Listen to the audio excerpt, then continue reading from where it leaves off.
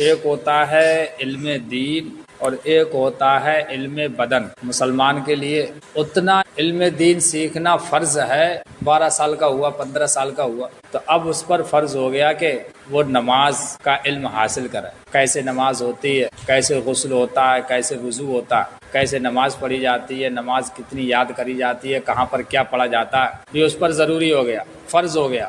نہیں سیکھے گا تو قیامت کے دن اللہ تعالیٰ پہلے تو یہ پوچھے گا تو نے سیکھا کیوں نہیں، اور دوسرا عذاب یہ ہوگا کہ تو نماز نہیں پڑھی۔ بہت سے ایسے ہو کرتے وہ کہتے تھے کہ اگر ہم دین کی بات نہ سن لیں گے پھر عمل کرنے پڑ گیا ہے، مان لو ڈبل عذاب ہوگا اس میں۔ ایک تو تم نے علم دین سیکھا نہیں، جو فرض علم تھا وہ سیکھا نہیں، دوسرا یہ کہ جب سیکھو گے نا پھر عمل کہاں سے کر پاؤ، ڈبل عذاب ہوگا۔ اب جس نے علم دین سیکھ لیا جو فرض علم ہے اور نماز نہ پڑھ رہے ہیں، تو نماز نہ پڑھ رہے ہو تو اس کا عذاب یا اس کی سزا اللہ تعالیٰ دے، یہ اس کی مرضی ہے۔ ہم گارنٹی سے آدمی یہ نہیں کہہ سکتا کوئی کہ یہ جہنمی ہے۔ ہاں یہ بتایا کہ جو نماز نہیں پڑھتا وہ جہنم میں جانے والے لوگوں کا جیسا کام کر رہا ہے۔ جہنم میں جانے والے لوگوں میں وہ بھی ہیں جو نماز نہیں پڑھتے۔ 12 سال کا 15 سال کا لڑکا اگر ہو گیا، بیٹا ہو گیا یا 9 سال کی بیٹی ہو گئی تو اس کے لیے نماز کا علم سیکھنا ضروری ہے۔ اور بڑا ہوا، شادی ہوئی تو شادی کے بعد جو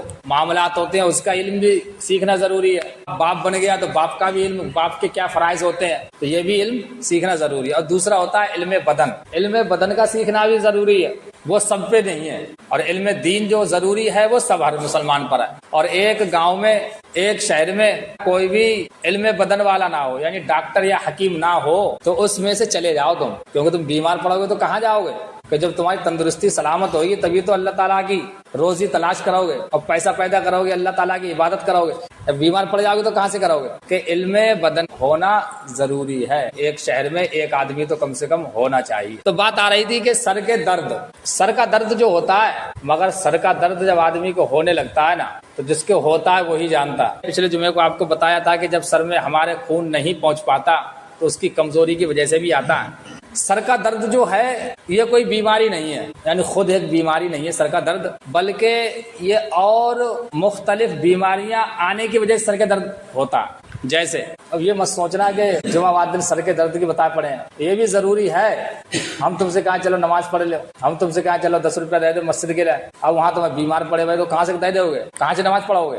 تو یہ ضروری ہے کہ ہمارے گھروں میں بیماریاں کم ہوں، تو سر کے درد کو ہم سب سے پہلے سمجھیں۔ تو یہ بھی علم ہے، اس میں بھی ثواب ملتا ہے۔ اگر کوئی ڈاکٹر ہے، کوئی حکیم ہے تو یہ بھی ہونا ضروری ہے، کیونکہ پہلے جب اللہ والا کوئی ہوتا تھا، کوئی ولی ہوتا تھا تو اس کے ساتھ میں حکیم بھی ہوتے تھے۔ اپنے قادری دولہ ہیں، قادری دولہ تو ایسے تھے کہ اگر زیادہ بھیڑ لگ جاتی تھی ان کے پاس تو ایسے ہی مٹی اٹھا کے دے دیتے تھے، وہ آدمی لگا لیتا اس سے صحیح ہو جاتا تھا۔ بہت سے حکیم ایسے گزرے ہیں۔ تو وہ جہاں روح کو سنوارتے ہیں، یعنی علم دین جو ہوتا ہے روح کو سنوارتے ہیں، لوگوں کو اللہ سے قریب کرتے ہیں، ویسے ہی ان کے بدنوں کو بھی صحیح کرتے ہیں۔ پہلے علماء کرام جو ہوتے تھے، بزرگان دین جو ہوتے تھے، وہ مسجدوں میں امامت نہیں کرتے تھے، علم دین حاصل کرتے تھے، اس کے بعد وہ علم بدن حاصل کرتے تھے، حکیم بنتے تھے۔ مگر آج کے دور میں خالی حافظ صاحب بن گئے اور مسجد 4-5 ہزار روپیہ ان کو مل گئی، ان کو بھی پتا ہے، حافظ صاحب کو بھی پتا ہے کہ ہمیں جا کے علاوہ کچھ کریے نہ پاؤں گے، اور جو مقتدی نماز پڑھ رہے ہیں انہوں کو معلوم ہے جو نماز کے علاوہ کچھ پڑھائی نہ پاؤں گے، 4000 میں در پہ تیار ہے۔ تو یہی وجہ ہوتی تھی، پہلے کے جو